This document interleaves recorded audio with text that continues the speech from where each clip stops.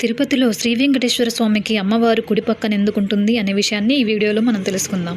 శేషాద్రి అయిన తిరుమలపై శ్రీ మహావిష్ణువు మనుష్య రూపము దాల్చటం, ఆపై ఆకాశరాజు కుమార్తె పద్మావతీదేవిని వివాహం చేసుకోవడం తెలిసింది. శ్రీ వెంకటేశ్వరుడు పద్మావతీదేవిల వివాహం గురించి సరిగ్గా సమయానికి లక్ష్మీదేవికి నారదుడు చెబుతాడు. దానితో శ్రీ మహాలక్ష్మీదేవి పద్మావతీదేవితోనూ శ్రీనివాసునితోనూ గొడవకు దిగుతుంది. ఆ సమయాన శ్రీనివాసుడు పద్మావతి పూర్వగాథ శ్రీ మహాలక్ష్మికి చెప్పి కుడి వక్షస్థలంన పద్మావతి అమ్మవారిని లక్ష్మీదేవిని ఎడమ వక్షస్థలంపై ఉందమని కోరుతాడు. అదే భర్త ఆదేశానుసారంగా ఇద్దరు అమ్మవార్లకు స్వామికి ఇరువైపులా ఉంటారు.